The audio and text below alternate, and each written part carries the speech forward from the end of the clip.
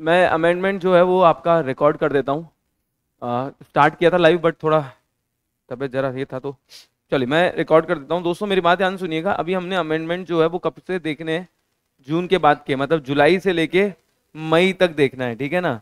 पुराने वाले मतलब आपको जो अमेंडमेंट शीट आईसीएसआई ने दी है उसमें पुराने अमेंडमेंट भी क्या कर दिए हैं, ऐड कर दिए हैं। तो अब हम लोग क्या करेंगे, जो आपका लेटेस्ट अमेंडमेंट जो आपको एप्लीकेबल है, पहले वाले तो मैं ऑलरेडी पहले वाले लेक्चर्स में करवा चुका हूँ, मेन लेक्चर में भी हमने अमेंडेड ही करे हुए हैं। तो यहां से आप देख लेना और उसको नोट डाउन भी करते हुए चलना। छोटे छोटे अमेंडमेंट है, प्यारे प्यारे क्यूट क्यूट से, है ना, बहुत ही क्यूट क्यूट से अमेंडमेंट है बेटे, तो आप वो देखते हुए चलना। चलिए सबसे पहला पॉइंट है यार, निधि कंपनी का अमेंडमेंट जो आया हुआ है। यार देखो क्या है ना, निधि कंपनी, अगर आपको क्या करना है, निधि कंपनी बनना है दोस्तों, तो निधि कंपनी बनने के लिए यू मस्ट भी, सबसे पहले क्या बोला गया, रजिस्टर्ड होना चाहिए। मतलब सेंट्रल गवर्नमेंट ने आपको क्या करना चाहिए बेटे, डिक्लेयर करना चाहिए as a Nidhi company. Nidhi company आप, पहले क्या होता था ना कि निधि कंपनी कोई भी अपना नाम निधि कंपनी रख लेता था, तो अब क्या बोला है, आप निधि कंपनी नाम रख ही नहीं सकते जब तक आपको as a Nidhi registered declare कौन ना कर दे बेटे, सेंट्रल गवर्नमेंट। करेक्ट है ना, एज अ कौन डिक्लेयर ना कर दे बेटे, आपका सेंट्रल गवर्नमेंट, ठीक है ना। सो बहुत क्लियरली बोला गया है कि निधि कंपनी अगर आपको बनना है तो आपको सेंट्रल गवर्नमेंट के पास रजिस्टर करना पड़ेगा। अच्छा, अब डिक्लेरेशन देने की भी जरूरत नहीं है दोस्तों। मतलब propose company name include the word Nidhi, the applicant is no longer mandatory required to submit a declaration. पहले निधि कंपनी अगर आपके नाम में, जैसे मैंने कंपनी बनाई XYZ निधि लिमिटेड, तो मुझे एक क्या देना पड़ता था, डिक्लेरेशन देना पड़ता था कि मैं निधि कंपनी के सारे कंप्लायंसेस फॉलो करता हूं। लेकिन अब वो डिक्लेरेशन देने की जरूरत नहीं है। आप निधि कंपनी तभी बन सकते हो जब आपको डिक्लेयर किया है किसने, सेंट्रल गवर्नमेंट ने एज अ निधि कंपनी। तो पहला अमेंडमेंट क्या दिया हुआ है बेटा, फर्स्ट अमेंडमेंट क्या दिया गया है कि निधि कंपनी बनना अगर आपको है तो क्या देना पड़ेगा, आपको डिक्लेरेशन देना पड़ेगा। क्या देना पड़ेगा बेटे, आपको एक डिक्लेरेशन देना पड़ेगा। कि डिक्लेरेशन नहीं देने की जरूरत है, सॉरी, अब आपको निधि कौन डिक्लेयर करना चाहिए, सेंट्रल गवर्नमेंट। निधि कंपनी कौन डिक्लेयर करना चाहिए आपको, सेंट्रल गवर्नमेंट ने निधि डिक्लेयर किया तो ही आप एज ए निधि कंपनी काम कर पाओगे। अच्छा, दूसरा क्या बोला गया, पहले निधि कंपनी बनने के लिए क्या देना पड़ता था आपको, एक डिक्लेरेशन। अब वो डिक्लेरेशन की रिक्वायरमेंट नहीं है। लॉजिकल है, क्यों डिक्लेरेशन की रिक्वायरमेंट नहीं है, क्योंकि सेंट्रल गवर्नमेंट ही आपको डिक्लेयर करेगी तो ही आप निधि कंपनी। पहले क्या होता था ना, ये अमेंडमेंट लाने के पीछे का लॉजिक ये है कि कोई भी कंपनी क्या करती थी, अपने नाम के आगे क्या यूज कर लेती थी, निधि कंपनी। अब बोला है तो कर देना, मैं करता हूं तेरे को, गूगल पे करना, मेरे पास भी कैश नहीं, ऊपर से किसी से ले लेना, ठीक है ना। तो निधि कंपनी वाला पहला क्या किया है दोस्तों, अमेंडमेंट की दिया हुआ है दोस्तों कि ये अमेंडमेंट आपके निधि कंपनी का है, पहला अमेंडमेंट। सो दूसरे अमेंडमेंट की ओर आगे बढ़ते हैं। सेकंड वन बोला गया है बेटा आपका, एलएलपी को अगर आपको बंद करना है, किसको बंद करना है, एलएलपी को अगर आपको क्लोज करना है, लिमिटेड लाइबिलिटी पार्टनरशिप को आपको क्या करना है बेटे, क्लोज करना है, तो कर सकते हो। उसके लिए भी क्या कर दिया है, एक सी पेस जो रजिस्ट्रार के साथ उन्होंने क्या कर दिए बेटे आपका, फास्ट क्लोजर हो, प्रोसीजर फास्ट हो, टाइम ज्यादा ना लगे, उसके लिए उन्होंने क्या लॉन्च कर दिया है, सी पेस PACA, ठीक है, अलॉन्ग विद द रजिस्ट्रार। अच्छा, आज तीसरा अमेंडमेंट देखने का दोस्तों, थर्ड अमेंडमेंट दिया गया है बेटा आपका कि आप लोगों ने एडजुडिकेशन होता है। व्हाट इज एडजुडिकेशन बेटे, इंक्वायरी करना, इन्वेस्टिगेशन करना, पेनल्टी लगाना। इंक्वायरी करना, इन्वेस्टिगेशन करना और क्या लगाना बेटे आपका, पेनल्टी लगाना। तो इंक्वायरी, इन्वेस्टिगेशन एंड पेनल्टी लगाने की बात होती है। तो अब सब कुछ इलेक्ट्रॉनिक मोड में जाएगा। आपको नोटिस भी कौन से मोड में जाएगी, इलेक्ट्रॉनिक मोड में जाएगी। मतलब एवरीथिंग जो भी होने वाला है वो कौन से मोड में होने वाला है बेटे आपका, इलेक्ट्रॉनिक मोड में ही होने वाला है, ठीक है ना। ये कौन सा था आपका अमेंडमेंट दोस्तों, ये अमेंडमेंट मैंने 2024 से ले लिए हैं, ठीक है ना, जो आपके इसके लिए काम में आएगा बेटा। तो पहला अमेंडमेंट बताओ कौन सा है, निधि कंपनी का। निधि कंपनी अगर आपको बनना है तो सेंट्रल गवर्नमेंट ने आपको डिक्लेयर करना चाहिए एज अ निधि कंपनी। दूसरा, आपके कंपनी के नाम के अंदर अगर निधि कंपनी है तो आपको अब डिक्लेरेशन देने की जरूरत नहीं है। पहले डिक्लेरेशन देना पड़ता था, अगर आपके कंपनी के नाम में निधि है तो आपको डिक्लेरेशन देना पड़ता था। अब डिक्लेरेशन की जरूरत नहीं है, क्योंकि सेंट्रल गवर्नमेंट ने क्या बोल दिया है, तुम निधि कंपनी तभी बन सकते हो जब हम आपको डिक्लेयर करेंगे। दूसरा बोला गया है, सेकंड वन, एलएलपी, अगर एलएलपी को क्लोज करना है तो क्या अप्रूव कर दिया हमने, सी पेस, जो कंपनियों के लिए भी है। तीसरा, एडजुडिकेशन वगैरह जो भी होगा वो एक्सक्लूसिवली कौन से मोड में होगा, इलेक्ट्रॉनिक मोड में। मतलब जो भी आपको नोटिस भेजी जाएगी, आप जो रिप्लाई करोगे, डॉक्यूमेंट दोगे, एविडेंस दोगे, वो सब कुछ कौन से मोड में होना चाहिए बेटे आपका, इलेक्ट्रॉनिक मोड में ही होना चाहिए। फिजिकल मोड वाला क्या कर दिया बेटा, निकाल दिया है। फिर बोला है फॉरेन कंपनी, दोस्तों अगर फॉरेन कंपनी इंडिया में क्या करना चाहती है, बिजनेस करना चाहती है दोस्तों, तो उनको रिक्विजिट डॉक्यूमेंट कौन से फॉर्म में देना पड़ेगा, FC1 with the registrar. Registrar में भी कौन सा बेटा आपका, सेंट्रल रजिस्ट्रेशन सेंटर, वो भी कितने दिन के अंदर, 30 डेज ऑफ स्टैब्लिशमेंट। तो कोई फॉरेन कंपनी इंडिया में बिजनेस करना चाहती है तो उसको कौन सा फॉर्म भरना पड़ेगा, फॉर्म FC1। ठीक है, FC1 भरना पड़ेगा, जैसे उन्होंने अपने यहाँ पे स्टैब्लिश किया है उसके 30 दिन के अंदर, उसके कितने दिन के अंदर, 30 दिन के अंदर। ओके, अभी आपको बता, पहले V3 पोर्टल था, अब कौन सा पोर्टल लॉन्च हो गया है दोस्तों, है ना, V2, मतलब V2, पहले V2 था, अब कौन सा लॉन्च कर दिया हमने, V3। तो पोर्टल में चेंज हुआ है, एग्जाम पॉइंट ऑफ व्यू आपके लिए इंपॉर्टेंट नहीं है। हाँ, ये वाला इंपॉर्टेंट है, सुनना बेटे, ये वाला अमेंडमेंट इंपॉर्टेंट है। आजकल हम सारे शेयर्स कौन से मोड में इशू करते हैं, फिजिकल मोड या डीमैट मोड, डीमैट मोड। तो हर कंपनी ने, including a producer company, private company including a producer company, नए शेयर्स कौन से मोड में इशू करोगे, डीमैट मोड में इशू करोगे। नए शेयर्स कौन से मोड में इशू करोगे बेटे, डीमैट मोड में इशू करोगे। लेकिन हाँ, ये अमेंडमेंट आने के बाद तो क्या बोला गया है, 2024 में अमेंडमेंट आने के बाद क्या बोला है, नए शेयर्स तो कौन से मोड में होंगे, डिमांड मोड में ही होंगे। लेकिन इसके पहले के जो तुम्हारे पास फिजिकल शेयर्स थे, पुराने शेयर्स थे, उनको तुमको क्या करना है, डीमैट मोड में कन्वर्ट करना है, जिसको बोलते हैं डीमटेरियलाइजेशन। उसका डेट एक्सटेंड करके कितना कर दिया है, 30 जून 2025। और ये किसके लिए बोला है, private company excluding producer company and small company. Excluding what बेटा आपका, producer company and small company. मतलब इस अमेंडमेंट को समझना दोस्तों, पहला पार्ट ये बोला गया है, एवरी प्राइवेट कंपनी, जो भी आपकी प्राइवेट कंपनी है, इंक्लूडिंग कौन सी कंपनी बेटे आपका, प्रोड्यूसर कंपनी, इंक्लूडिंग कौन सी company, producer company, including producer company, उन्होंने क्या करना है बेटे, आपके नए शेयर्स, न्यू शेयर्स कौन से फॉर्म में इशू करने, डीमैट मोड में। न्यू शेयर्स कौन से मोड में इशू करने, डीमैट मोड में। और दूसरा बोला गया, जिनके पास ऑलरेडी कौन से मोड में शेयर्स है, फिजिकल मोड में शेयर्स है, उनको डीमैट मोड में कन्वर्ट करना है। तो प्राइवेट कंपनी जो है, इसमें प्रोड्यूसर कंपनी को कवर नहीं करा है, except producer company and small company, इन कंपनियों को छोड़ दो, except producer company and small company, इन कंपनियों को छोड़ दो। बाकी प्राइवेट कंपनियों के पास जो फिजिकल शेयर्स थे, उन्होंने उसको किस में कन्वर्ट करना है, इनटू द व्हाट बेटा आपका, demat mode, into the what बेटा आपका, डीमैट मोड। और ये डेडलाइन कब का दे दिया है बेटा आपका, 30 जून 2025, 30 जून 2000 व्हाट बेटा आपका 25। तो उसके पहले पहले आपको क्या करना है, अपने को डीमैट मोड में कन्वर्ट करना है। ठीक है सर, कोई दिक्कत वाली बात नहीं है। अच्छा, उसके बाद एक एसबीओ का ये था, significant beneficial owner. SBO is what बेटा आपका, सिग्निफिकेंट बेनिफिशियल ओनर। तो अगर आपका इनडायरेक्ट कंट्रोल में भी है, जैसे इसमें एक लिंक्डइन का केस स्टडी दिया गया था, कि लिंक्डइन के केस स्टडी में ऐसा हुआ था कि भाई लिंक्डइन एक कंपनी जो है वो एक प्राइवेट कंपनी को कंट्रोल करती है, और उस कंपनी का मेजोरिटी डिसीजन हमारे डायरेक्टर लेते हैं। तो हमारे डायरेक्टर का इन्फ्लुएंस था, तो वो क्या बन गया बेटे आपके, सिग्निफिकेंट बेनिफिशियल ओनर। तो अगर आपने एसबीओ का डिक्लेरेशन नहीं दिया तो पेनल्टी लगाई गई है। क्या लगाई गई है बेटे आपका, पेनल्टी लगाई गई है। ओके, फिर एक अकाउंटिंग स्टैंडर्ड में चेंज हुआ है, इंडियन अकाउंटिंग स्टैंडर्ड। एक नया लीज बैक ट्रांजैक्शन जो होगा वो इंड AS 116 में कवर किया हुआ है। किस में कवर किया है, इंड AS 116 के अंदर आपको कवर किया गया है बेटे। ये भी ओल्ड वाला है, आपको CSR का फाइलिंग करना पड़ता है इन फॉर्म नंबर CSR2। ठीक है ना, ये 2024 के पहले का था। ये भी अमेंडमेंट हमारे लिए ये नहीं है, रिक्वायर्ड नहीं है। हाँ, ये वाला देख लेना, ये कट कर देना, ये वाला देख लेना।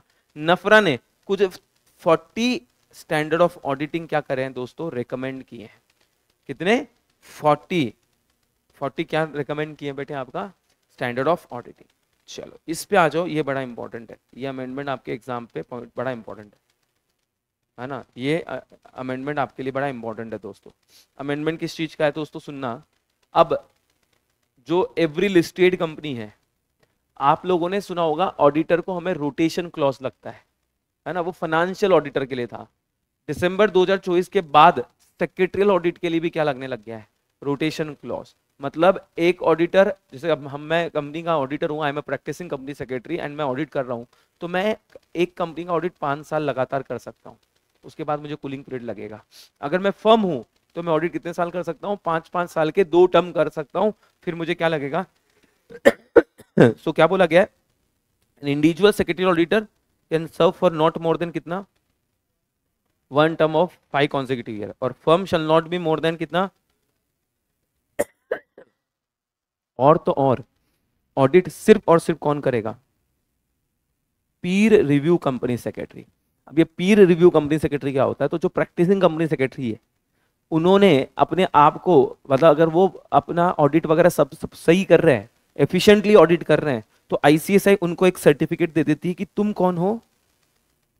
पीर रिव्यू कंपनी सेक्रेटरी हो, मतलब तुम अपना काम अच्छी तरीके से कर रहे हो। जैसे तुम घर के बेटे हो, काम बहुत अच्छे से कर रहे हो, तो तुमको घर वाले क्या दे देते हैं? एक टैग दे देते हैं, अच्छा बेटा। वैसे ही तुम प्रैक्टिसिंग कंपनी सेक्रेटरी हो, सारा काम अच्छे से कर रहे हो, तो आईसीएसआई तुमको क्या दे देगी? एक सर्टिफिकेट दे देगी जिसका नाम क्या है? पीर रिव्यू। तो एवरी लिस्टेड कंपनी, क्या बोला गया है? एवरी लिस्टेड कंपनी ने क्या करना है? अब आपको पहली बात तो सेक्रेटरियल ऑडिटर को भी क्या लग जाएगा? रोटेशन क्लॉज लग जाएगा। याद आ रहा है क्या? कुछ ऑडिट वाले चैप्टर में पढ़ाया था, 5 साल काम करेगा, 5 साल आराम करेगा। जो कंपनी सेक्रेटरी इन प्रैक्टिस है वो क्या कंपनी का सेक्रेटरियल ऑडिट करते हैं? कौन सा ऑडिट करते हैं बेटे? और उनको क्या बोला गया है? Secretarial audit. अगर वो इंडिविजुअल है तो कितने साल तक ऑडिट कर सकता है? 5 साल। और अगर वो फर्म है तो एक कंपनी का ऑडिट कितने साल कर सकता है? 5 साल। ऐसे 2 टर्म, मतलब कितने साल? 10 साल। उसके बाद उनको क्या लग जाएगा? कूलिंग पीरियड लग जाएगा। पहली चीज तो अब सेक्रेटरियल ऑडिटर को भी कूलिंग पीरियड लगता है। And second thing, main thing ये कि भाई वो ऑडिट कौन करेगा? Only by Pir review company secretary. और पीर रिव्यू कंपनी सेक्रेटरी मतलब जो आईसीआईसीआई के अच्छे बच्चे हैं, मतलब जो कंपनी सेक्रेटरी इन प्रैक्टिस है बट उन्होंने एफिशिएंटली अपना काम किया है, तो वो आईसीआईसीआई उनको एक सर्टिफिकेट दे देती है जिसका नाम क्या है? पीर रिव्यू कंपनी सेक्रेटरी। ठीक है। फिर बोला है अगर आपके कोई फॉरेन ट्रांजेक्शन्स होते हैं दोस्तों, और आपने करेंसी को क्या नहीं किया है? एक्सचेंज नहीं करा है दोस्तों, ठीक है, तो आपने क्या करना है? आपको 25 पैसा एक्स्ट्रा लग सकता है। ठीक है, ये भी कोई ये नहीं है। ओके।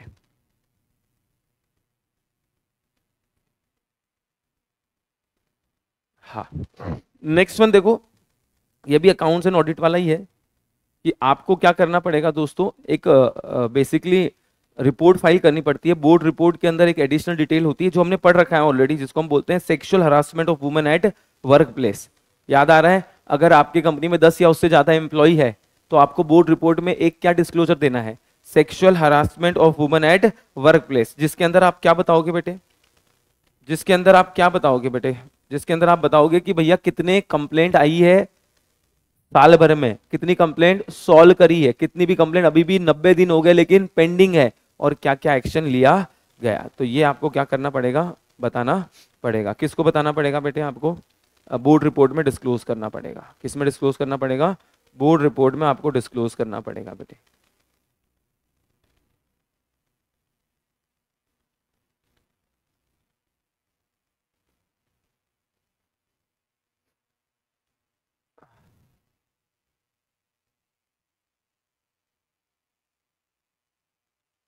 एसबीओ वाला कर लिया है, ठीक है। ओके, अभी आ जाइए दोस्तों, नेक्स्ट अमेंडमेंट इज व्हाट बेटा? आपका डिस्ट्रीब्यूशन ऑफ प्रॉफिट। ये चैप्टर में हमने इन्वेस्टर एजुकेशन प्रोटेक्शन फंड के बारे में पढ़ा था। इन्वेस्टर एजुकेशन प्रोटेक्शन फंड के बारे में पढ़ा था कि यार जो पैसा अनक्लेम्ड रहता है, थोड़ा सा बैकग्राउंड बता देता हूं। अगर अनक्लेम्ड डिविडेंड है दोस्तों तो उसको कहां ट्रांसफर करते हैं हम लोग? इन्वेस्टर एजुकेशन प्रोटेक्शन फंड में। करेक्ट है ना? 7 साल तक अगर वो अनक्लेम्ड रह गया तो 7 साल के बाद हम उसको कहां ट्रांसफर करते हैं? इन्वेस्टर एजुकेशन प्रोटेक्शन फंड में। अच्छा, कुछ फॉर्म सब्सटीट्यूट हुए। IEPF3 ये सब्सटीट्यूट कर दिया किसने बेटे? IEPF4 7 को सब्सटीट्यूट कर दिया 1 ने। ठीक है, वो कोई बात नहीं है। अमेंडमेंट क्या है सुनना। जैसे डिविडेंड है, डिविडेंड आपको क्या 30 दिन के अंदर पे करना पड़ता है? 30 डेज के अंदर पे करना पड़ता है। अगर पे नहीं करा तो आपको एक सेपरेट अकाउंट में ट्रांसफर करना पड़ता है जिसका नाम क्या है? Unclaim dividend account. और ये अनक्लेम डिविडेंड अकाउंट में कितने साल तक रहेगा?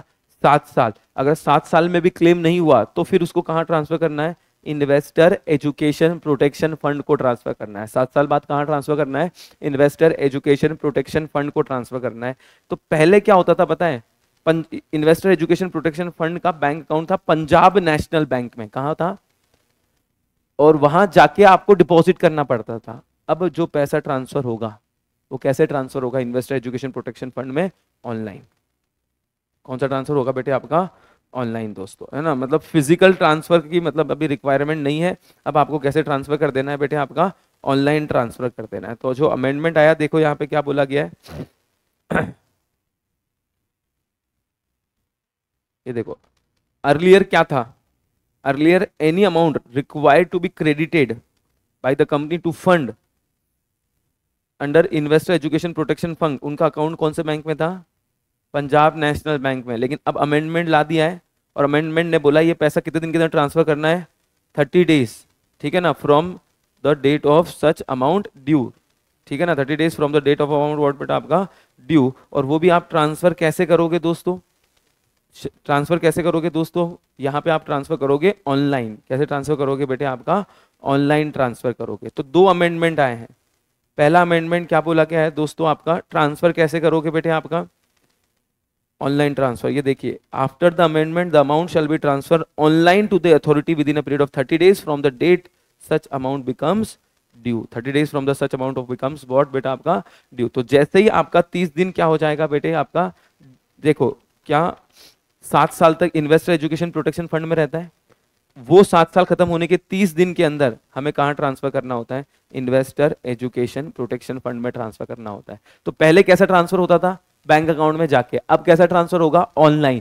और 30 दिन कहां से बेटे, ड्यू डेट से। 30 दिन कहां से बेटे, आपका ड्यू डेट से। तो इन्वेस्टर एजुकेशन प्रोटेक्शन फंड का बेसिकली अमेंडमेंट क्या है, सो अमेंडमेंट ये है, अब ट्रांसफर कैसे करना है, ऑनलाइन। और दूसरा 30 डेज कहां से, फ्रॉम ड्यू डेट। पहले वर्ड था 30 डेज फ्रॉम रेमिटेंस, पहले वर्ड क्या यूज किया था इन्होंने, from the date of remittance the word such amount becoming due shall be substitute. पहले 30 दिन कहां से था, from the date of remittance, लेकिन अब क्या बोल दिया, 30 डेज फ्रॉम बिकमिंग ड्यू। तो जैसे ही पैसा ड्यू हो जाएगा उसके 30 दिन के अंदर आपको ट्रांसफर करना है, कहां पे, investor education protection fund account में। क्या ये अमेंडमेंट समझ में आ गया बाबू, बोलो यस और नो। हाँ, ये अमेंडमेंट आपको समझ में आ गया। मेरी जान पान की दुकान, तू सबसे हसीन, तू सबसे जहान, सौंदर्य साबुन निरमा।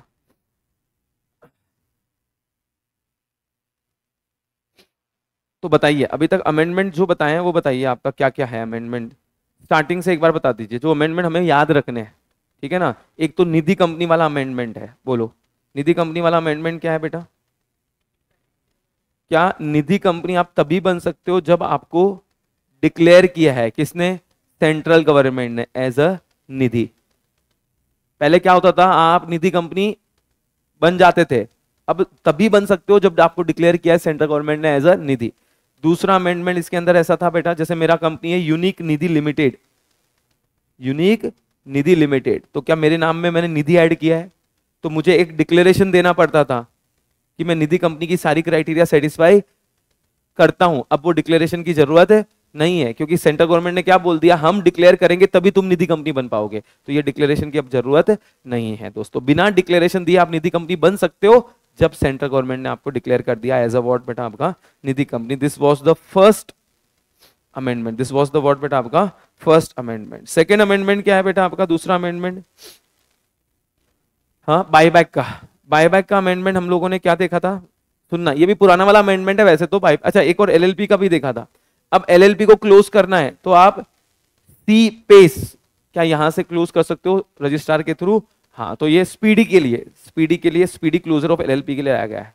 तीसरा अमेंडमेंट क्या देखा था, बायबैक में पहले क्या देना पड़ता था बेटे, SH11 में हम लोग क्या देते थे दोस्तों, रिटर्न ऑफ बायबैक, क्या देते थे, रिटर्न ऑफ बायबैक। तो पहले सर्टिफिकेट देना पड़ता था, अब सर्टिफिकेट की जरूरत नहीं है, अब आपको सिर्फ क्या देना है, डिक्लेरेशन देना है, जिसको कौन साइन करेगा, 2 डायरेक्टर, जिसमें से एक कौन होगा, एमडी, 2 डायरेक्टर जिसमें एक कौन होगा, एमडी। तो पहले क्या फाइल करना पड़ता था रजिस्ट्रार को, सर्टिफिकेट, अब सर्टिफिकेट की जगह सिर्फ क्या देना पड़ेगा, declaration.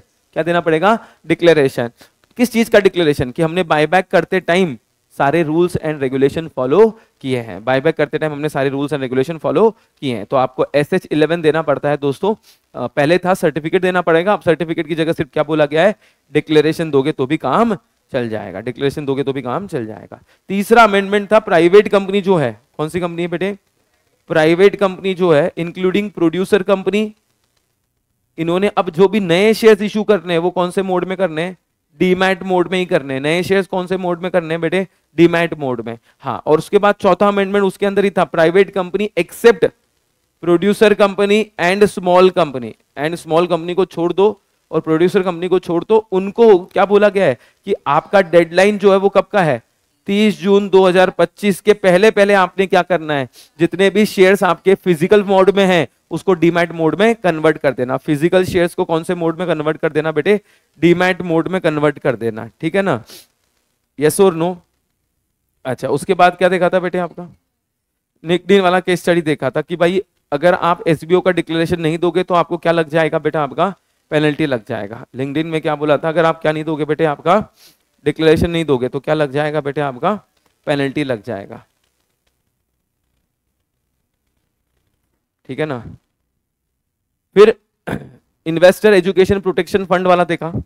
Investor education protection fund में हमने क्या बोला है, पहले देखो इन्वेस्टर एजुकेशन प्रोटेक्शन फंड में पैसा कब जाता था, जब आपने क्या कर दिया है बेटे, हाँ कितने साल हो गए आपको, 7 साल से क्या हो गए बेटे आपका ज्यादा हो गया है, तो 7 साल से ज्यादा जैसे ही ड्यूर है वो, तो आपको क्या करना पड़ता था, पैसा इन्वेस्टर एजुकेशन प्रोटेक्शन फंड में ट्रांसफर करना पड़ता था, unclaimed amount.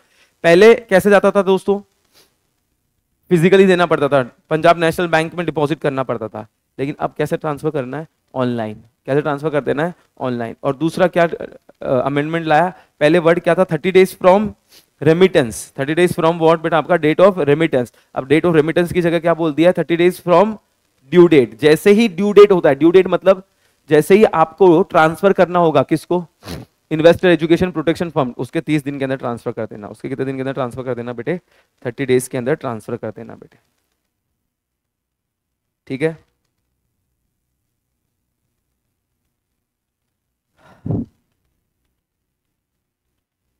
Next one account and auditor के बारे में बोला है, ठीक है ना।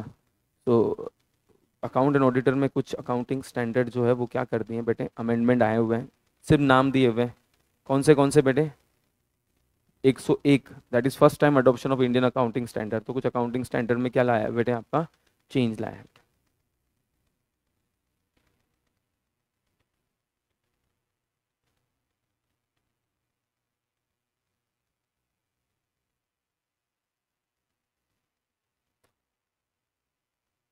इन अकाउंटिंग स्टैंडर्ड 117, 101 वगैरह में क्या लाए हैं, चेंजेस लाए हैं, ठीक है, नॉट इम्पॉर्टेंट।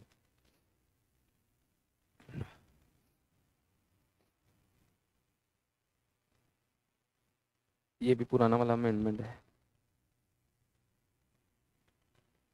अच्छा, नफरा, नफरा कौन है बेटे आपका, नफरा कौन है बेटे, नेशनल फाइनेंशियल रिपोर्टिंग अथॉरिटी। नफरा कौन है बेटे आपका, नेशनल फाइनेंशियल रिपोर्टिंग अथॉरिटी। इन्होंने क्या बोला है बेटे आपका, नफरा ने क्या बोला है कि हमने कुछ कितने अकाउंटिंग स्टैंडर्ड, कुछ 30, तो कुछ 34 बोल रहा हूँ, 40 अकाउंटिंग स्टैंडर्ड में क्या लाए हैं, ऑडिटिंग स्टैंडर्ड क्या लाए हैं, चेंजेस बताएंगे।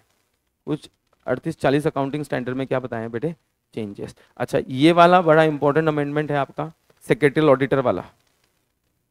हाँ, सेक्रेटरियल ऑडिटर वाला बड़ा इंपॉर्टेंट अनाउंसमेंट है। क्या दिया हुआ है दोस्तों, सबसे पहले सेक्रेटरियल ऑडिटर के केस में मुझे एक बात बताइए, ऑडिटर कौन बन सकता है, सेक्रेटरियल ऑडिटर कौन बन पाएगा, पहले तो पीर रिव्यू कंपनी सेक्रेटरी। तो लिस्टेड कंपनी ने कोई इंडिविजुअल बंदे को, अगर आपने प्रैक्टिसिंग कंपनी सेक्रेटरी को ऑडिटर अपॉइंट किया है, तो वो कितने साल काम ऑडिट कर सकता है आपका, 5 साल। और अगर फर्म है तो फर्म कितने साल काम कर सकती है, 5 × 2 टर्म, मतलब कितने साल, 10 साल। और उसके बाद उनको क्या लग जाएगा, cooling period. And the next thing is what बेटा, उनको साथ ही साथ में अपॉइंटमेंट किसको करोगे, पीर रिव्यू कंपनी सेक्रेटरी, किसको अपॉइंट करोगे बेटे आपका। सो इंडिविजुअल है, लिस्टेड कंपनी शैल अपॉइंट और रीअपॉइंट, क्या बोला है, individual, not more then 1 term of 5 years. और ये वाला जो है ये बेटा आपका कितने साल बेटे, 2 term of 5 years with the approval of share holder. Plus appointment कैसे करोगे बेटे, with the approval of share holder. Approval कौन करेगा बेटा, सेक्रेटरी ऑडिटर का, शेयर होल्डर अप्रूवल करेगा बेटे, ओके। और अब ऑडिटर भी किसको बना सकते हो आप, सिर्फ पीर रिव्यू कंपनी सेक्रेटरी को, है ना। So secretary auditor who is a what बेटा आपका, peer review company secretary auditor. Company secretary, peer review company secretary मतलब क्या होता है, जो मतलब जिन्होंने सर्टिफिकेट लिया है आईसीएसआई से कि उन्होंने जो भी काम करा वो सही तरीके से करा हुआ है, उसको हम पीर रिव्यू कंपनी सेक्रेटरी बोलते हैं बेटे। अच्छा, उसके बाद क्या बोला गया है, कंपनी अकाउंटिंग के बोर्ड रिपोर्ट के अंदर आपको क्या क्या और डिस्क्लोज करना है दोस्तों। तो बोर्ड रिपोर्ट में आपको डिस्क्लोज करना है, क्या डिस्क्लोज करना है, sexual harassment of woman at work place. उसमें क्या बताना है, पहली चीज बेटे, number of complaint of sexual harassment received in the year, number of complaint dispose of during the year, और number of cases pending for more than 90 days. तो कितने केसेस स्टार्टिंग में, कितने केसेस थे, कितने केसेस सॉल्व हुए, और अभी भी कितने केसेस पेंडिंग है। साथ ही साथ में आपने जो मटर्निटी बेनिफिट एक्ट 1961 में क्या महिलाओं को छुट्टी देनी पड़ती है बेटे, मटर्निटी बेनिफिट कितने महीने का हो गया है, 3 महीने का इंडिया में कि 6 महीने का है, 6 महीने का है। तो वो आपको क्या करना पड़ेगा, वो उसका भी बताना पड़ेगा, रिपोर्ट देना पड़ेगा। ओके, नेक्स्ट वन देखेंगे बेटे। नेक्स्ट चेंज आया हुआ है मर्जर एंड अमलगमेशन वाले चैप्टर में। कौन से चैप्टर में चेंज आया गया है, मर्जर एंड अमलगमेशन वाले चैप्टर में। अच्छा, मेरी बात ध्यान सुनिएगा, मर्जर एंड अमलगमेशन के केस में यह बोला गया है कि अगर एक कंपनी जो है वो इंडिया के बाहर की कंपनी इंडियन कंपनी के साथ मर्ज हो रही है, बाहर की कंपनी कहां मर्ज हो रही है बेटे, आपका इंडियन कंपनी के साथ क्या हो रही है बेटे, मर्ज हो रही है, तो क्या उनको आरबीआई का अप्रूवल लगेगा। Answer is yes. क्या लगेगा बेटा आपको, आरबीआई का अप्रूवल लगेगा। किसका अप्रूवल लगता है बेटे, आपका आरबीआई का अप्रूवल लगता है।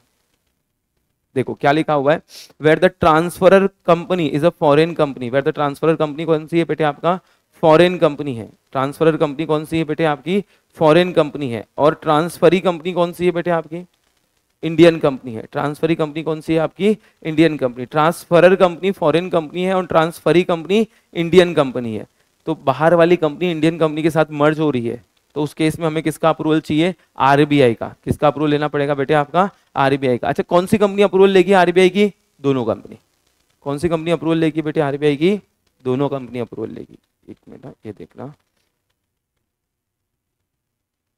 ये देखना यहाँ पे, where the transferor foreign company incorporated outside India being a holding company and the transferee Indian company being a wholly owned subsidiary company, तो उनको मर्जर एंड अमलगमेशन जाने के पहले क्या करना पड़ेगा, अप्रूवल लेना पड़ेगा किससे, आरबीआई से। प्लस उनको कौन सी प्रोविजन फॉलो करनी पड़ेगी, सेक्शन 233। 233 मतलब फास्ट ट्रैक मर्जर, ठीक है ना। 233 मतलब कौन सा मर्जर, फास्ट ट्रैक मर्जर। उनको लंबे चौड़े प्रोसीजर में जाने की जरूरत नहीं है। वो कौन से प्रोसीजर से आपका मर्जर कर सकती है बेटे, आपका फास्ट ट्रैक मर्जर से वो आपका प्रोसीजर में जा सकती है। तो एप्लीकेशन देना है उनको अंडर सेक्शन 233। एप्लीकेशन देना है अंडर सेक्शन व्हाट बेटा, आपका 233। दिस इज व्हाट बेटा, आपका मर्जर एंड अमलगमेशन। क्या अमेंडमेंट है मर्जर एंड अमलगमेशन का, फॉरेन कंपनी अगर मर्ज हो रही है किसके साथ, इंडियन कंपनी के साथ मर्ज हो रही है, तो उनको अप्रूवल लेना पड़ेगा किससे बेटा, आपका। चलिए बहुत बढ़िया, ये भी पुराना वाला है, 2023 का अमेंडमेंट है।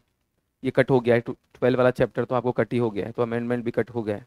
Okay, chapter number 13, general meeting. क्या जनरल मीटिंग अभी आप वीडियो कॉन्फ्रेंसिंग से ले सकते हो, यस। जनरल मीटिंग किससे हो सकती है, वीडियो कॉन्फ्रेंसिंग से हो सकती है, ठीक है ना। ऑडियो विजुअल मोड से भी हो सकती है, और ये 2025 तक भी एक्सटेंड कर दिया है इन्होंने।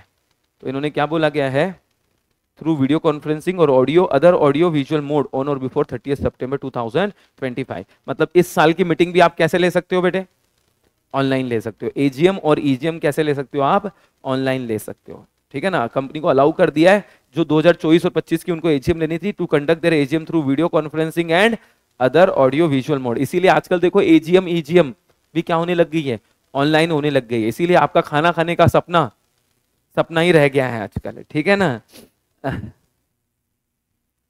ठीक है ना। अच्छा, इसमें ये 30 सितंबर की मीटिंग आप ऑनलाइन ले सकते हो, ये बोला है। इसका मतलब ये नहीं कि आपको एक्सटेंशन मिला है, एक्सटेंशन नहीं मिला है। आप सिर्फ क्या ले सकते हो बेटे, मीटिंग कैसे ले सकते हो, हाँ, ठीक है ना। ये तो कुछ है नहीं, हाँ, फोटो भेजे है ना, वो मैं ले लूंगा इसके अंदर, एक मिनट। तो आपके वीर भाई ने, वीरभद्र ने, एक मिनट ना, फोटोज भेजे हैं भाई ने, भाई एक मिनट ना, भाई में भाई वीर भाई ने फोटो भेजे जिसके अंदर उन्होंने रिसेंटली जितने भी अमेंडमेंट्स है,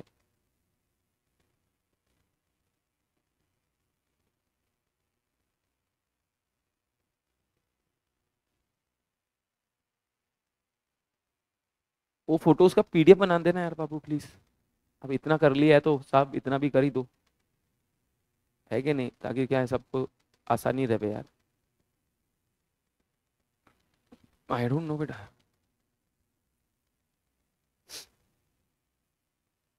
पूछना पड़ेगा।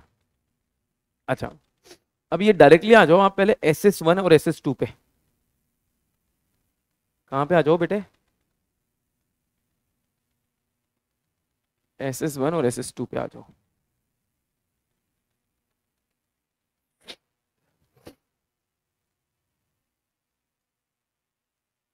फॉरेन कंपनी को हमने देख लिया, FC1 देना पड़ता है फॉरेन कंपनी को, ठीक है ना। ये तो पुराने वाले अमेंडमेंट है।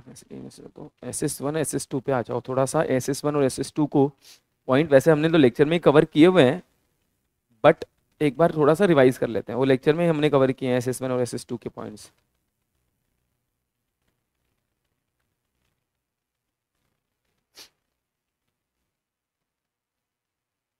Yes, SS1 SS2। SS1 किसका है? बोर्ड मीटिंग का। और SS2 किसका है? जनरल मीटिंग का। SS1 को रिवाइज किया गया है, SS2 को भी रिवाइज किया गया है। अब रिवीजन जो करा हुआ है उसके बारे में हम लोग बात करेंगे। क्या रिवीजन हुआ है? सबसे पहले मुझे बताओ, हम बोर्ड मीटिंग कितनी रखते हैं साल में बेटे?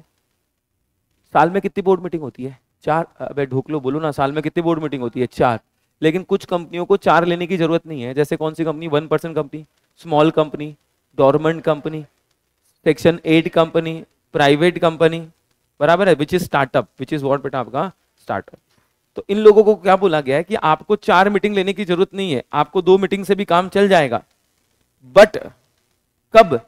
जब उन कंपनियों ने which has not committed a default in filing financial statement and annual return. तो क्या बोला गया है कि भाई सेक्शन 8 कंपनी जो है ना, उनको रिलैक्सेशन कब मिला जाएगा बेटे? आपको आपको रिलैक्सेशन हम तभी देंगे सेक्शन 8 कंपनी को। एंड प्राइवेट कंपनी जो स्टार्टअप है, आपको एग्जम्पशन तभी मिलेगा। मुझे बताओ क्या एग्जम्पशन है पहले तो?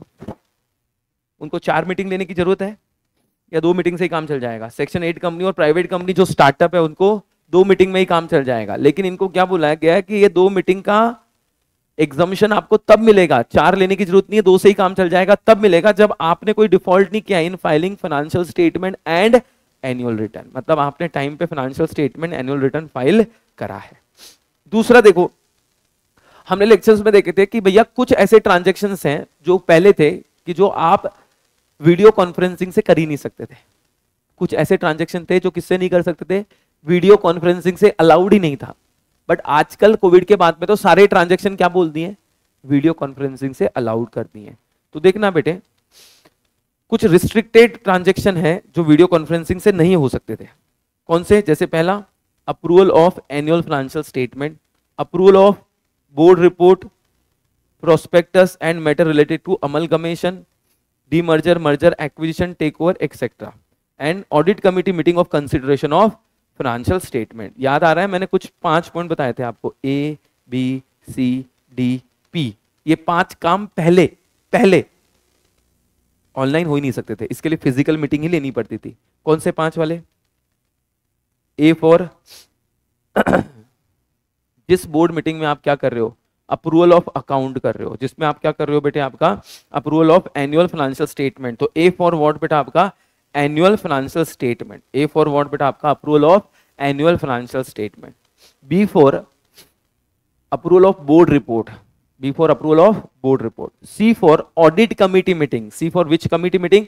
ऑडिट कमिटी मीटिंग, है ना, audit committee meeting for consideration of annual financial statement, audit committee meeting for consideration of annual financial statement. D for demerger, merger, amalgamation, take over etcetera, and P for approval of prospectus. तो ऐसी कोई भी meeting जो है ना, वो आपको कैसे लेनी पड़ती थी? फिजिकल, वर्चुअली अलाउड नहीं था। ये काम 5 काम आप वर्चुअली नहीं कर सकते थे। लेकिन अब पुराना अमेंडमेंट है, बहुत पुराना अमेंडमेंट है कि ये काम 5 काम आप वर्चुअली भी ले सकते हो, बस ऑन अ कंडीशन की फिजिकल कोरम होना चाहिए। क्या होना चाहिए? Physical quorum. पहले तो ये 5 काम वापस से बता दो कौन सा है बेटे? पहला, approval of annual financial statement. दूसरा, B for approval of board report, B for approval of board report. C for audit committee meeting, for consideration of annual financial statement, D for demerger, merger, amalgamation, take over, acquisition, and P for approval of prospectus. P for what बेटा आपका? Approval of prospect. ये 5 काम पहले क्या था? Physical meeting में लेना पड़ेगा। अब क्या है? फिजिकल मीटिंग की जरूरत नहीं है, वर्चुअली भी ले सकते हो, बट फिजिकल कोरम प्रेजेंट होना चाहिए। क्या प्रेजेंट होना चाहिए? इसका मतलब समझो, कंपनी में 15 डायरेक्टर है, तो कोरम क्या होता है बेटे? 1/3 और 2 director whichever is higher, तो 15 का 1/3 कितना होता है? 5, और 2 विच एवर इज हायर, तो कोरम में कितना चाहिए? 5। तो समझो हम बोर्ड ऑफ डायरेक्टर मीटिंग ले रहे हैं जिसमें एनुअल फाइनेंशियल स्टेटमेंट को वो अप्रूव कर रहे हैं, तो टोटल 15 डायरेक्टर है, 5 डायरेक्टर फिजिकल प्रेजेंट है, तो बाकी के लोग क्या वर्चुअली आएंगे तो भी चलेगा क्या? यस। सो अब वो काम वर्चुअली हो सकता है, सिर्फ क्या बोला गया है? देखो, where there is a quorum in a meeting through physical presence, physical quorum है, तो any other director may participate through video conferencing, other director may participate through what बेटा आपका? video conferencing। क्या यहां तक हम साथ साथ हैं दोस्तों? अच्छा, ये पॉइंट भी हमने देखा हुआ है। कोई इंटरेस्टेड डायरेक्टर होता है दोस्तों, वो सिर्फ मीटिंग में क्या कर सकता है? पार्टिसिपेट कर सकता है। याद आ रहा है? इंटरेस्टेड डायरेक्टर की मुंडी पकड़ते हैं, टेबल के नीचे डालते हैं, मुंह बंद करते हैं। इसका मतलब क्या? इंटरेस्टेड डायरेक्टर कोरम में काउंट नहीं होगा, इंटरेस्टेड डायरेक्टर वोट नहीं कर सकता, इंटरेस्टेड डायरेक्टर मीटिंग में पार्टिसिपेट नहीं कर सकता। लेकिन सुनो, इन केस ऑफ बेटा आपका कौन सी company? Private company. In case of which company बेटे? प्राइवेट कंपनी के केस में क्या बोला गया है बेटा आपका? प्राइवेट कंपनी के केस में अगर उसने क्या कर दिया है बेटे? डिक्लेरेशन दे दिया है, तो वो कोरम में भी काउंट होगा और वोट भी कर सकता है। ठीक है ना? तो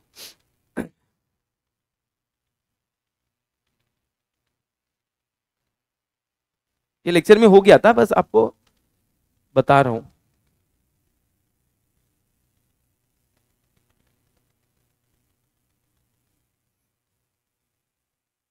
private company director shall be record for the quorum and entitle to participate. वो क्या कर सकता है? प्राइवेट कंपनी में वो पार्टिसिपेट कर सकता है। अच्छा, ये चीजें तो हमने लेक्चर्स में देखी हुई है ऑलरेडी, ठीक है ना? ऑलरेडी लेक्चर्स में देखी हुई है, जस्ट आपको ओवरव्यू करवा रहा हूं SS1 की चीजें। अच्छा, कोई डायरेक्टर जिसने स्टार्टिंग में इंटीमेशन दे दिया था मैं तो वर्चुअली आऊंगा, मैं साल भर मीटिंग कैसे अटेंड करूंगा? वर्चुअली, तो क्या वो फिजिकली मीटिंग अटेंड कर सकता है? क्या कर सकता है ना? ये भी हमने देखा था कि भैया director may intimate his intention of such intimation shall not debar him from participation in the meeting in person। तो इन पर्सन वो मीटिंग अटेंड कर सकता है, कोई दिक्कत वाली बात नहीं है। यूपीएसआई के अंदर 5 चीजें आती है। कितनी चीजें आती है बेटे? 5। पहले 6 आती थी, अभी 5 चीजें आती है। यूपीएसआई मतलब क्या? अनपब्लिश प्राइस सेंसिटिव इंफॉर्मेशन, जैसे financial result, dividend, change in capital structure, merger, demerger, amalgamation and change in KMP. पहले एक और था जो निकाल दिया है, हालांकि हमने यूपीएसआई में 5 ही चीजें देखी थी, है ना? यूपीएसआई में हमने कितनी चीजें देखी थी? 5 ही हम लोगों ने देखी है बेटे। अच्छा, उसके बाद मुझे बताओ, क्या एक इंडिपेंडेंट डायरेक्टर की मीटिंग होती है? एक तो भी मीटिंग किसकी होगी? सारे इंडिपेंडेंट डायरेक्टर की होगी, जिसके अंदर कोई भी नॉन इंडिपेंडेंट डायरेक्टर अटेंड नहीं करेगा। ठीक है। फिर बोला प्राइवेट कंपनी में इंटरेस्टेड डायरेक्टर क्या कोरम में भी काउंट होगा क्या? यस, इंटरेस्टेड डायरेक्टर किस में काउंट होगा बेटे? आपके कोरम में भी काउंट हो जाएगा बेटे। ठीक है ना?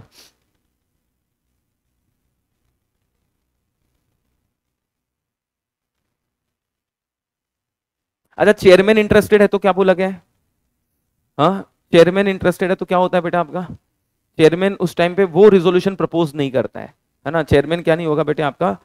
हाँ, बट प्राइवेट कंपनी में चेयरमैन कंटिन्यू कर सकता है, चेयरमैन कंटिन्यू कर सकता है। जैसे मैं चेयरमैन हूं और मैं ही किसी मैटर में क्या हूं? इंटरेस्टेड हूं, तो वो मैटर मैं प्रपोज नहीं करूंगा, बट प्राइवेट कंपनी में मैं वो मैटर मैं प्रपोज कर सकता हूं after disclosing my interest. After disclosing what बेटा? मेरा इंटरेस्ट बेटे। ठीक है ना? ओके, SS2 में भी हमने सारी चीजें ऑलमोस्ट सब कुछ मतलब जो रिवाइज वाली चीजें हैं वो हम सब लोग हम देख ही चुके हैं, उसमें कोई नई चीजें तो नहीं है बेटे। तो ये आपका कुछ क्या था बेटे? आपका अमेंडमेंट्स थे। किसके बेटे? आपके कंपनी लॉ के। नॉट मच, इतना सीवियर नहीं है, इतने कोई सीवियर अमेंडमेंट यहाँ पे नहीं दिए हुए। नहीं, वो एक्स्ट्रा वाले वो भी अमेंडमेंट नहीं है आपके, है ना? वो जो लास्ट वाले दिए ना वो भी नहीं है, जो तूने लास्ट फोटोज भेजे ना बेटे, वो तो इन जनरल जो भी अमेंडमेंट कंपनी लॉ में आया वो डाले हुए हैं।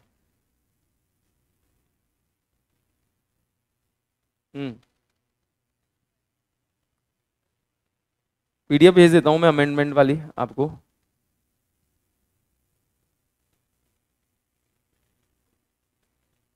ठीक है, ये वाले अमेंडमेंट भी जो है ना, ये आपको करने की जरूरत नहीं है, लास्ट वाले जो दिए हुए हैं।